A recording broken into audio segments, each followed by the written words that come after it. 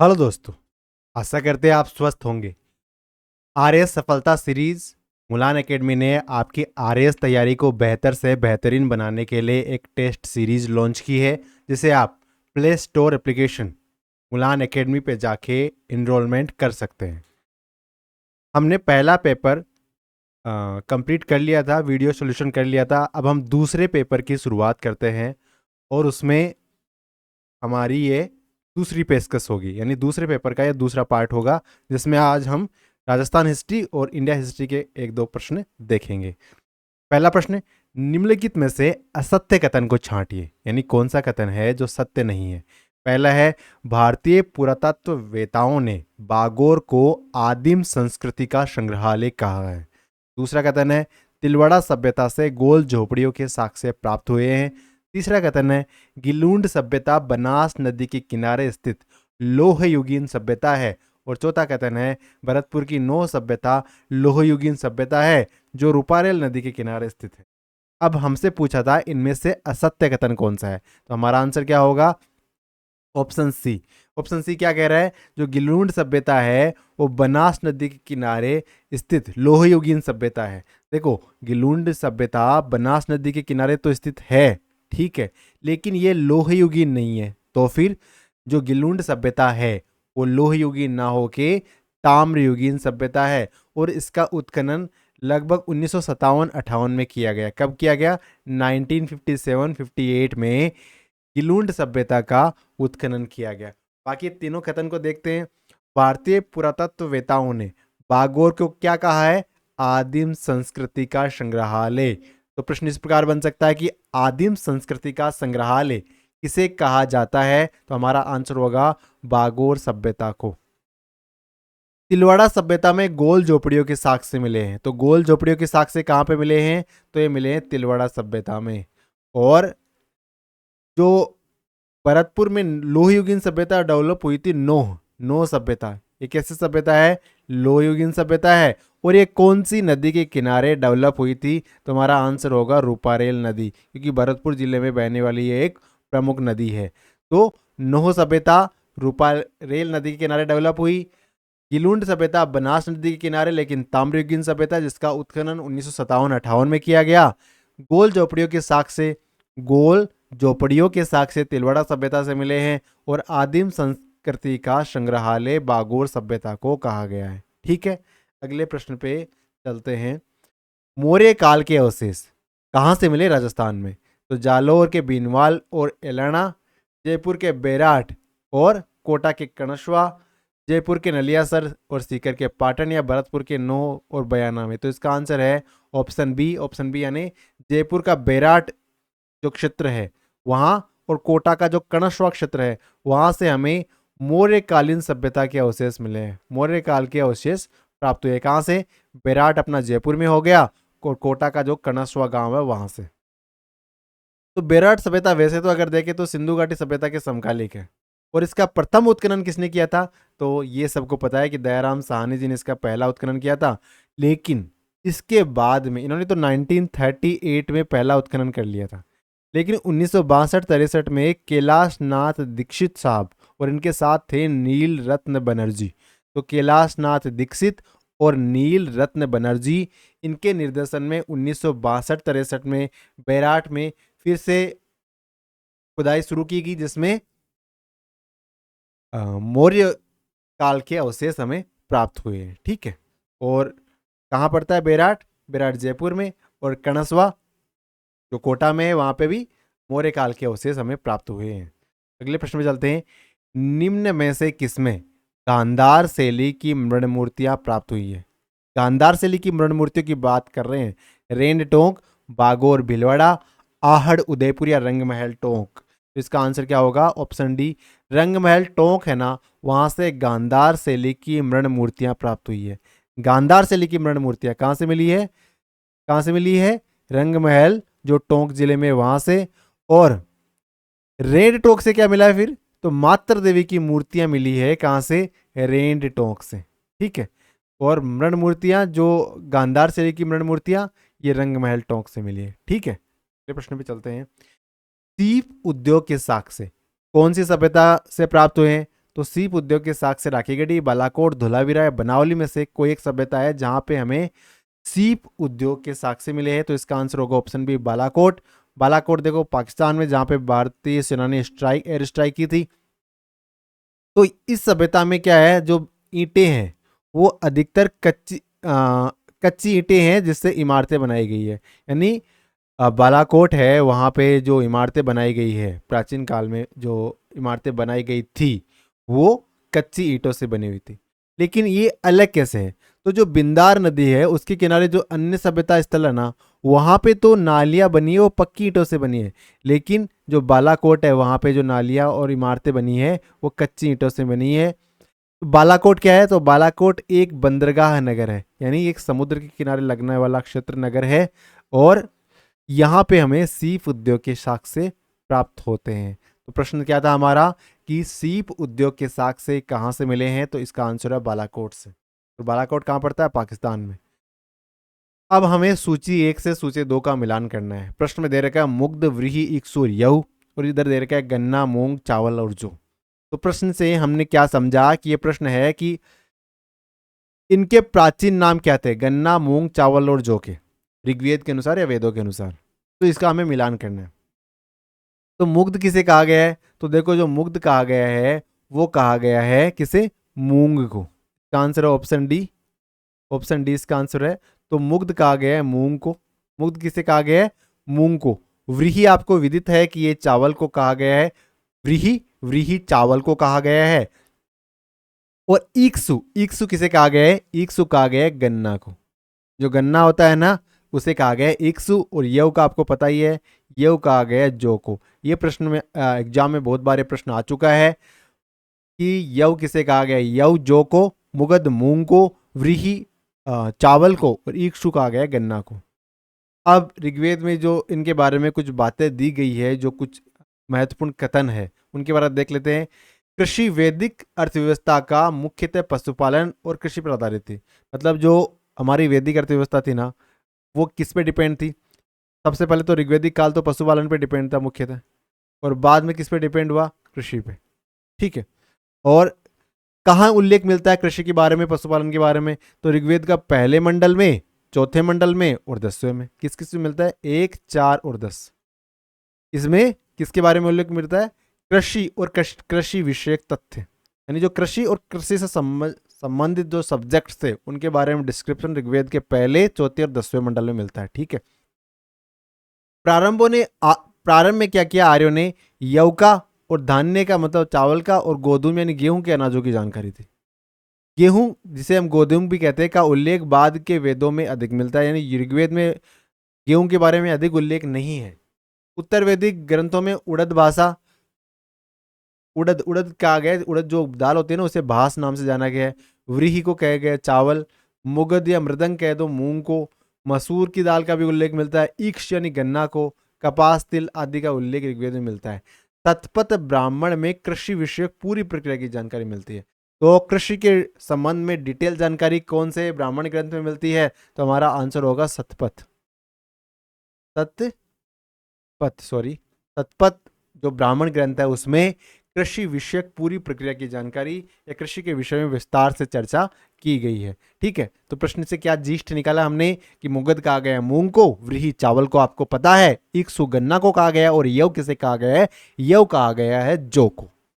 अगले प्रश्न में चलते हैं। निम्नलिखित में से कौन सा कथन कालीबंगा के बारे में सही नहीं है, तो कालीबंगा का अर्थ काली चूड़ियां, सही है ये तो। कालीबंगा के एक फर्श पर अलंकृत ईंटों का प्रयोग किया गया, अलंकृत ईंटों का प्रयोग किया गया, सही है। कालीबंगा में मिली कब्रों में एक कब्र, बच्चे की कब्र मिली है, बच्ची कब्र तो मिली है, जिसकी खोपड़ी में 8 छेद है। अरे नहीं रे भाई, कालीबंगा में तंदूरी चूल्हे के साक्ष्य मिले, बिल्कुल मिले। तो जो खोपड़ी मिली है ना उसमें 6 छेद है। कितने छेद है, 6 छेद है। बच्चे की खोपड़ी मिली है जिसमें 6 छेद है। तो इस प्रकार ये अंदाजा लगाया गया उस समय के जो लोग हैं वो शल्य क्रिया करते थे। ये 6 छेद से अनुमान लगाया गया है।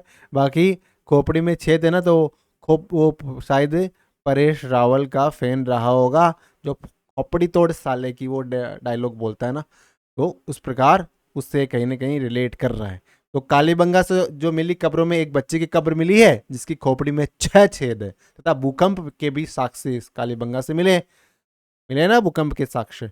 और यहाँ एक बर्तन पर सूती कपड़े के साक्ष्य मिले, बर्तन के ऊपर सूती कपड़ा लगाया गया है ना। तो इस प्रकार उसे उन्हें सूती कपड़े का भी भान था, ज्ञान था, नॉलेज था। अगले प्रश्न पे चलते हैं। पाशुपत संप्रदाय का संस्थापक कौन था? लकुलिस जी, मक्खलीपुत्र, अल्लभ प्रभु या फिर बासव? तो जो लकुलिस जी थे ये थे पाशुपत संप्रदाय के संस्थापक। कौन? लकुलिस जी। पाशुपत संप्रदाय सेवों का सबसे प्राचीन संप्रदाय है।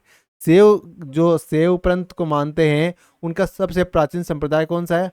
पाशुपत संप्रदाय। ठीक है। इसके संस्थापक कौन माने गए? तो लकुलिस जी माने गए, जिन्हें भगवान शिव के 18 अवतारों में से एक माना जाता है। लकुलिस जी, इनको भगवान शिव के जो 18 अवतार माने गए हैं उनमें से एक अवतार किसे माना गया है? एक अवतार लकुलिस जी को माना गया है। और लकुलिस जी ने किस संप्रदाय की स्थापना की? तो हमारा आंसर होगा पाशुपत संप्रदाय की स्थापना लकुलिस जी महाराज ने की थी। अगला प्रश्न, मेवाड़ के शासकों का उनके शासनकाल के अनुसार सही क्रम लगाना है। राणा हमीर, महाराणा कुंभा, रतन सिंह या फिर महाराणा कर्ण सिंह? तो इसका आंसर क्या होगा? इसका आंसर होगा ऑप्शन ए, यानी 3 1 2 4। तो देखो इसमें से अगर हम देखते हैं तो सबसे पहले जो शासनकाल रहा वो रतन सिंह का रहा। इनका रहा रतन सिंह का 1302 1303। इस कालखंड में रतन सिंह शासक रहे थे और उस समय अलाउद्दीन खिलजी का आक्रमण हुआ था। फिर राणा हमीर का शासनकाल रहा 1326 से 1364। कब से कब तक? 1326 से 1364 तक राणा हमीर का रहा। उसके बाद में राणा कुंभा का रहा। कब? 1433 से लेके 1468, यानी 33×66 प्लस 2, 1468 तक रहा, यानी लगभग 35 ईयर के आसपास राणा कुंभा ने शासन किया। फिर महाराणा कर्ण सिंह का शासनकाल 1620 से लेकर 1628 के मध्य तक रहा। तो सबसे पहले रतन सिंह, फिर राणा हमीर, फिर महाराणा कुंभा, फिर करण सिंह। और महाराणा हमीर का शासनकाल बताओ बताओ? 1326 से 1364। ठीक है। राणा कुंभा का बताओ? 1433। ये बहुत महत्वपूर्ण है, 1433 से 1468 तक। ठीक है। 1433 से 1468 तक किसका शासनकाल रहा? महाराणा कुंभा का। और हमीर का 1326 से 1364 तक। ठीक है। आगे चलते हैं।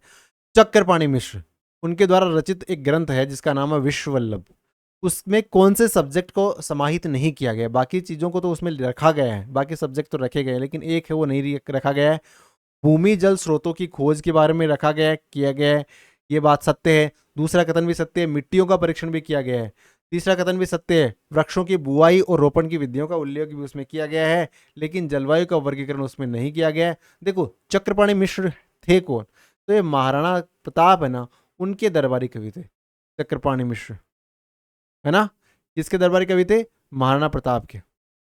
और इन्होंने एक ग्रंथ की रचना की थी विश्ववल्लभ। क्या नाम है ग्रंथ का? विश्ववल्लभ ग्रंथ। किसने रचना करी? चक्रपाणी मिश्र ने। ठीक है। अब इस ग्रंथ में उन्होंने भूमिजल स्रोतों के बारे में बात की है, मिट्टी का जो हम टेस्ट कराते हैं ना, सोयल टेस्ट कराते हैं, उसके बारे में चर्चा की गई है। वृक्षों की बुआई और कैसे उनका रोपण करना चाहिए बात की गई है। ऋतुओं के अनुसार सिंचाई करना कैसे करना चाहिए बात की गई है। कीटाणु अगर मतलब किस प्रकार टिड्डी आ जाती है तो या कीटाणु लग जाते हैं फसल में तो उनका उपचार कैसे किया जाएगा इसके वर्णन मिलता है, लेकिन जलवायु का वर्गीकरण नहीं मिलता है। तो इस ग्रंथ के अंतर्गत महाराणा प्रताप के समय विकसित की गई कृषि तकनीकों का उल्लेख। तो प्रश्न इस प्रकार बन सकता है, महाराणा प्रताप के समय विकसित की गई कृषि तकनीकों का उल्लेख कौन से ग्रंथ में वर्णित है? तो हमारा आंसर होगा विश्ववल्लभ। और प्रश्न बनता है कि विश्ववल्लभ ग्रंथ की रचना किसके द्वारा की गई? तो हमारा उत्तर होगा चक्रपाणी मिश्र के द्वारा इसकी रचना की गई। ठीक है। अगले प्रश्न में चलते हैं। मिर्जा राजा जयसिंह, इनको मिर्जा राजा की उपाधि किसने दी? जहांगीर ने, शाहजहां ने, औरंगजेब ने या अकबर ने? तो मिर्जा राजा जयसिंह है, इनको मिर्जा राजा की उपाधि किसने दी थी? शाहजहां ने। देखो मिर्जा राजा जयसिंह है ना, इन्होंने 3 मुगल बादशाहों के साथ काम किया। सेवा की वो अलग बात है, सेवा, लेकिन हम क्या कहेंगे, उन्होंने 3 मुगल बादशाहों के साथ कार्य किया था। कौन कौन मुगल बादशाह थे? तो एक तो थे जहांगीर, एक थे शाहजहां और एक औरंगजेब। और इनको मिर्जा राजा की उपाधि किसने दी? तो शाहजहां है ना, इसने दी थी जय सिंह को मिर्जा राजा की उपाधि। ठीक है। अब औरंगजेब ने क्या किया? औरंगजेब ने इनको दक्षिण का अभियान के लिए भेजा। और दक्षिण में उस समय किसका शासनकाल था? तो शिवाजी महाराज का। तो शिवाजी महाराज के साथ में इनका युद्ध हुआ और अंततः शिवाजी को पुरंदर की संधि करने के लिए बाध्य होना पड़ा। तो पुरंदर की संधि कब हुई? 1665, 1665। किसके किसके मध्य? शिवाजी और जयसिंह। आमेर का महल इन्होंने बनवाया, जयगढ़ का किला इन्होंने बनवाया, और औरंगाबाद में एक नगर है जयसिंहपुरा, उसका निर्माण भी इन्होंने करवाया। तो जयसिंहपुरा का निर्माण कहाँ है? औरंगाबाद महाराष्ट्र में पड़ता है। और बिहारीमल, बिहारीमल है ना, वो मिर्जा राजा जयसिंह के दरबारी कवि थे। तो बिहारीमल किसके दरबार में विराजित थे या रहते थे? तो ये मिर्जा राजा जयसिंह आंसर होगा। क्या आंसर होगा? मिर्जा राजा जयसिंह। ठीक, अगले प्रश्न पे चलते हैं। ईश्वरी सिंह ने राजमहल के युद्ध में विजय के उपलक्ष्य में किसका निर्माण करवाया? यानी इस ईश्वरी सिंह के ने एक युद्ध हुआ था राजमहल, उसमें वो उनकी विजय हुई, तो उन्होंने किसका निर्माण करवाया? जैन कीर्ति स्तंभ का, ईसरलाट जिसे हम सरगासुली भी कहते हैं उसका, निहाल टावर का, या जुबली क्लॉक टावर का? तो इसका आंसर होगा ऑप्शन बी। तो इन्होंने ईसरलाट यानी सरगासुली का निर्माण करवाया। ईश्वरी सिंह थे कौन? तो मिर्जा ने सवाई जय सिंह के पुत्र थे। ईश्वरी सिंह कौन थे? सवाई जय सिंह के पुत्र। और इन्होंने राजमहल के युद्ध के अंदर विजय प्राप्त की और खुश होकर इन्होंने ईसरलाट का निर्माण करवाया, जिसे सरगासुली भी कहते हैं। बाद में इसी ईसरलाट से कूद के इन्होंने जान दे दी थी, है ना। ये कितने मंजिला है? तो ये 7 मंजिला है। जो ईसरलाट है ये कितनी मंजिला है? 7 मंजिला है। और ये चित्तौड़ का जो विजय स्तंभ है उससे प्रेरित बताई जाती है। किससे प्रेरित बताई जाती है? चित्तौड़ के विजय स्तंभ से इसको प्रेरित माना जाता है। तो ईसरलाट का निर्माण किसने करवाया? ईश्वरी सिंह ने। क्यों करवाया? क्योंकि उन्होंने राजमहल के युद्ध में विजय प्राप्त की थी। ठीक है, अगले प्रश्न पे चलते हैं। निम्नलिखित कथनों में से असत्य कथन बताना है, यानी इन कथनों में से कौन सा कथन है जो सत्य नहीं है। गागरोन का युद्ध राणा सांगा और मोहम्मद खिलजी द्वितीय के मध्य हुआ था, यह कथन सत्य है। दिवेर का युद्ध राणा प्रताप और मान सिंह के मध्य हुआ। दिवेर का युद्ध राणा प्रताप और मान सिंह के मध्य नहीं हुआ, राणा प्रताप और अकबर के मध्य हुआ था। बगरू का युद्ध ईश्वरी सिंह और माधो सिंह के मध्य हुआ था, यह कथन बिल्कुल सत्य है। बगरू का युद्ध किसके मध्य हुआ? ईश्वरी सिंह और माधो सिंह। ठीक है, ईश्वरी सिंह और माधो सिंह, इनके मध्य कौन सा युद्ध हुआ? बगरू का युद्ध हुआ। और सिवाना का युद्ध हुआ था अलाउद्दीन खिलजी और सातल देव। अलाउद्दीन खिलजी और सातल देव के मध्य हुआ था। कौन सा युद्ध हुआ? सिवाना का युद्ध हुआ। और दिवेर का युद्ध महाराणा प्रताप और अकबर के मध्य, जिसमें प्रताप की विजय हुई थी। महाराणा प्रताप ने जीता था कि दिवेर का युद्ध। और इस युद्ध को मेवाड़ का मैराथन कहा जाता है। तो प्रश्न बनता है कि मेवाड़ का मैराथन किस युद्ध को कहा जाता है? तो हमारा उत्तर क्या होगा? मेवाड़ का मैराथन दिवेर के युद्ध को कहा जाता है। किस युद्ध को? दिवेर के युद्ध को मेवाड़ का मैराथन कहा जाता है। ठीक है, अगले प्रश्न पे चलते हैं। मध्यकालीन राजस्थान में भूमि के प्रकारों में असत्य कथन, यानी किस प्रकार की भूमि को क्या नाम दिया जाता है, इसमें कौन सा सत्य नहीं है? तो जो सिंचित भूमि होती है उसे कहते हैं चाही भूमि। सही बात है, सिंचित भूमि को क्या कहेंगे? चाही भूमि। चाही भूमि सिंचित भूमि होगी, मतलब जिस भूमि पे सिंचाई की जाती है वो सिंचित चाही भूमि होगी।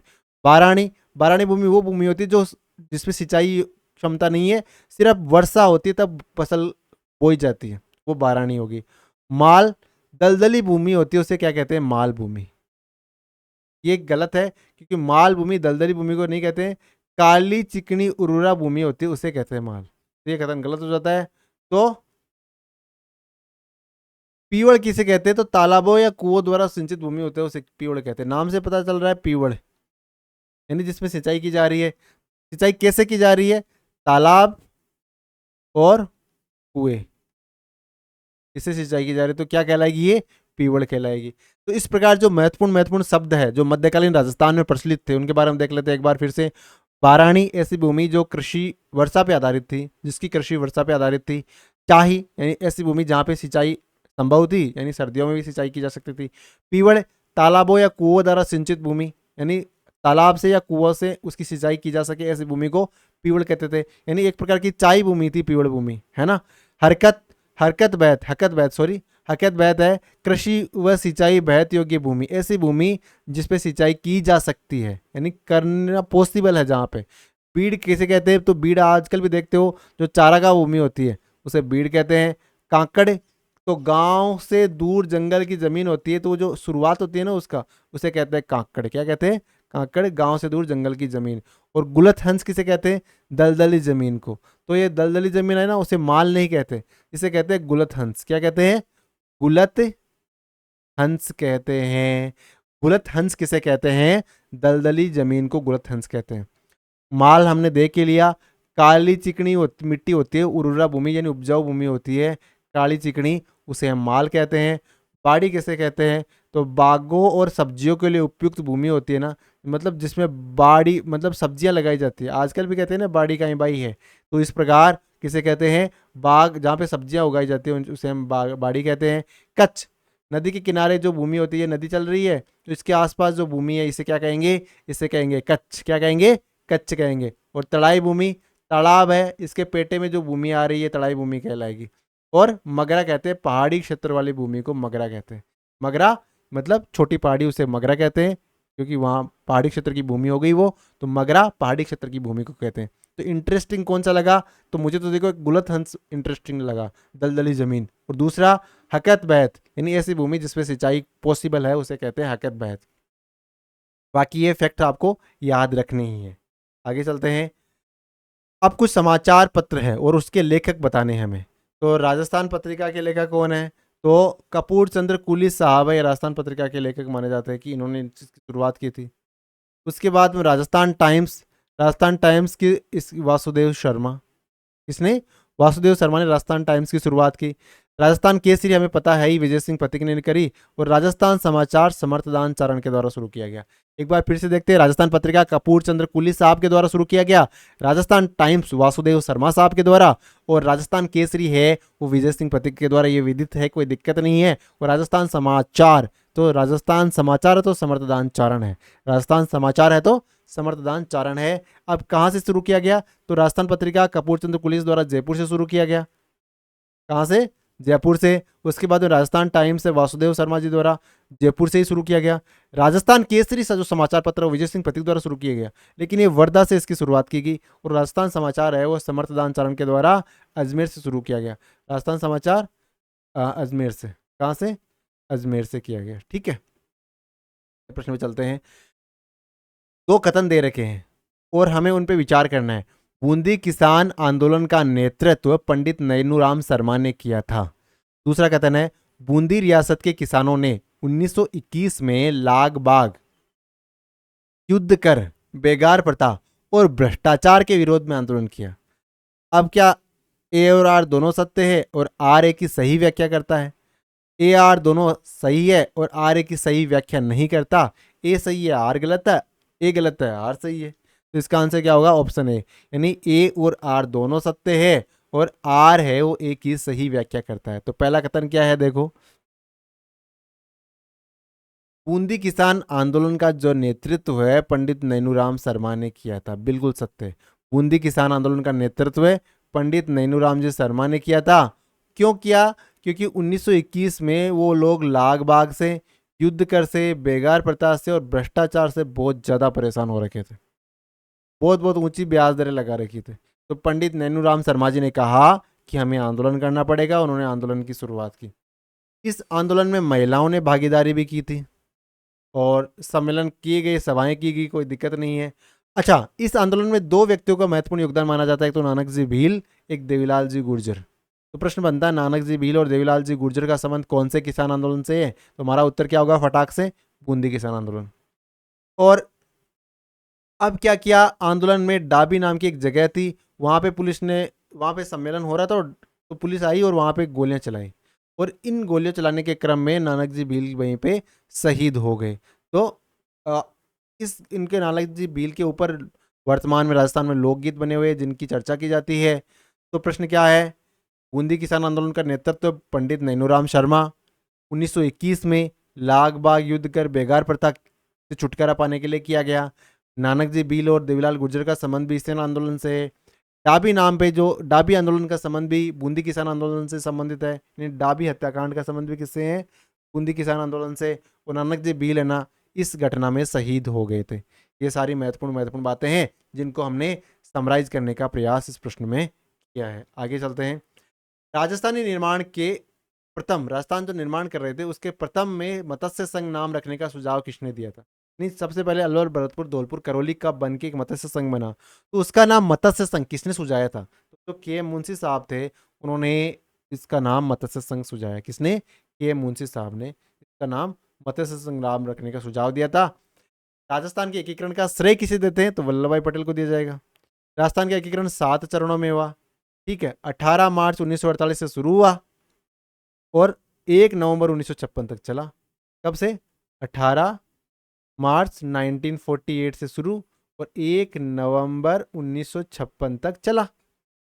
तो कितना कालखंड हो गया इसमें? 8 वर्ष 7 माह और 14 दिन। कितना दिन लगा? 8 वर्ष 7 माह और 14 दिन इसमें टोटल लगे।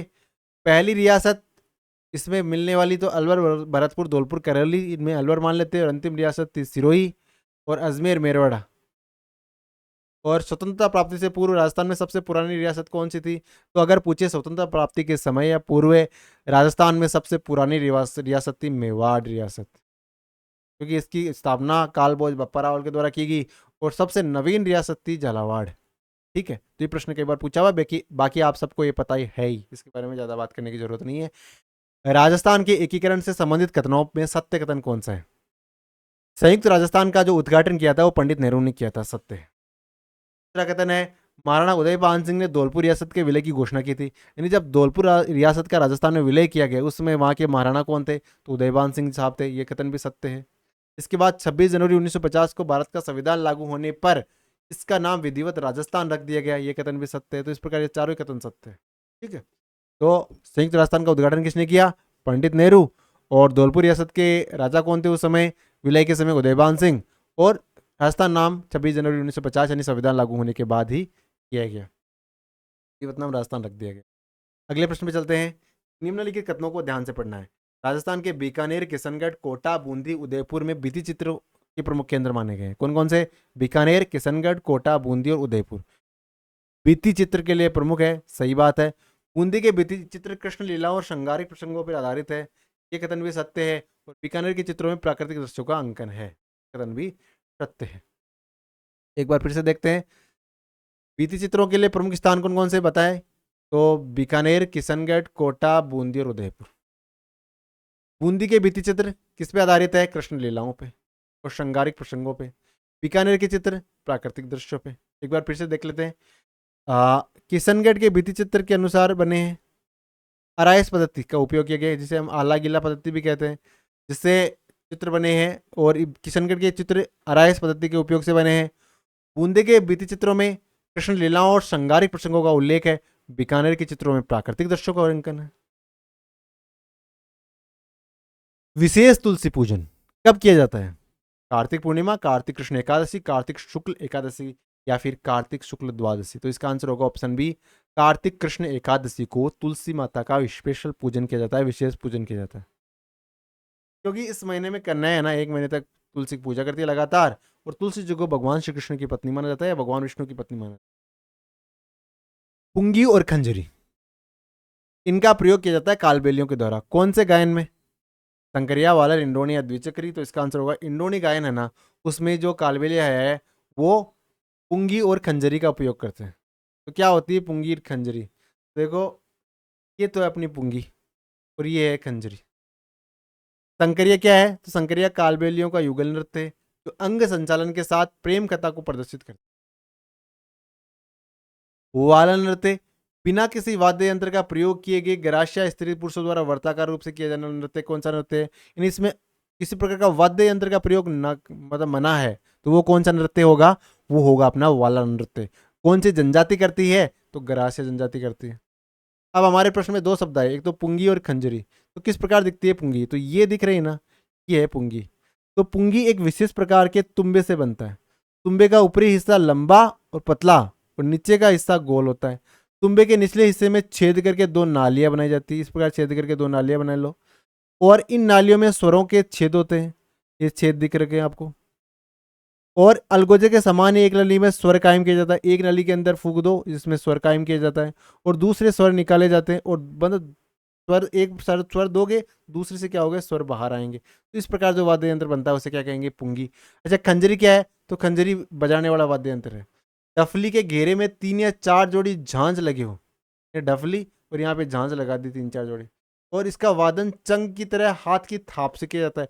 पीछे से एक खुली होती है और बांसुरी के साथ इसका वादन मनोहर होता है। यानी जो चमड़ा होता है पतला, इसकी इसकी परत चढ़ाई जाती है, और इस प्रकार लकड़ी होती है जिसके ऊपर चढ़ाया जाता है, और पीछे की तरफ से खुला होता है, तो इसे क्या कहते हैं, खंजरी। और खंजरी और पुंगी इन दोनों का उपयोग उपयोग किसमें किया जाता है, तो जो इंडोनी नृत्य है, जो हमारी कालबेलिया जनजाति करती है, वो इसका उपयोग करती है। अगले प्रश्न में चलते हैं। हाथी गुम्फा अभिलेख से संबंधित है। हाथी गुम्फा अभिलेख है वो खारवेल के शासनकाल की घटनाओं का वर्णन करता है। किसकी घटनाओं का, खारवेल के शासनकाल की घटनाओं का वर्णन करता है कौन, हाथी गुम्फा अभिलेख। ऋग्वेद में निम्नलिखित में से किन जनों का उल्लेख मिलता है। ऋग्वेद में कौन से जन का उल्लेख मिला गया है, यदु का, पुरु का, मत्स्य या चेदी का। तो इसमें कौन सा होगा, तो इसका आंसर होगा ऋग्वेद में इन चारों ही जनों का उल्लेख किया गया है, यानी यदु का भी किया गया है, पुरु का भी, मत्स्य का और चेदी का भी किया गया है। तो देखो, यदु की बात करें सबसे पहले, तो ऋग्वेद में 5 प्रारंभिक इंडो आर्यन जनजातियों के रूप में एक यदु मिलता है, यानी 5 इंडो आर्यन जनजाति मानी गई है जिसमें एक यदु है। यदु ऋग्वेदिक जनजातियों से काफी दूर तक स्थित थी। जो ऋग्वेद में जनजातियां थी उनसे थोड़ा डिस्टेंस था इनका बसने का। पुरु जनजाति तो ये मूल ऋग्वेदिक क्षेत्र में बसी हुई थी। ऋग्वेदिक क्षेत्र है नहीं, हरियाणा के आसपास का क्षेत्र, वहां पे कौन सी जनजाति बसी हुई थी, पुरु।